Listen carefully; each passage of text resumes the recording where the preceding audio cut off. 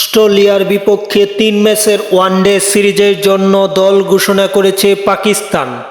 এ মাসের ৩০ তারিখ থেকে আগামী মাসের ৪ তারিখ পর্যন্ত ৩ ম্যাচের ওয়ানডে সিরিজ চলবে।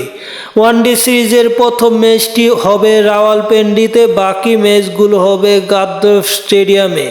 মূলত পাকিস্তান অস্ট্রেলিয়ার বিপক্ষে এই সিরিজটার জন্য শক্তিশালী দল ঘোষণা করেছে। পাকিস্তানের এই স্কোয়াডটাতে কারা কারা আছে তাই দেখে নিই। তার আগে যারা চ্যানেলটি সাবস্ক্রাইব করেননি, আশা করি চ্যানেলটি সাবস্ক্রাইব করে পাশে থাকবেন।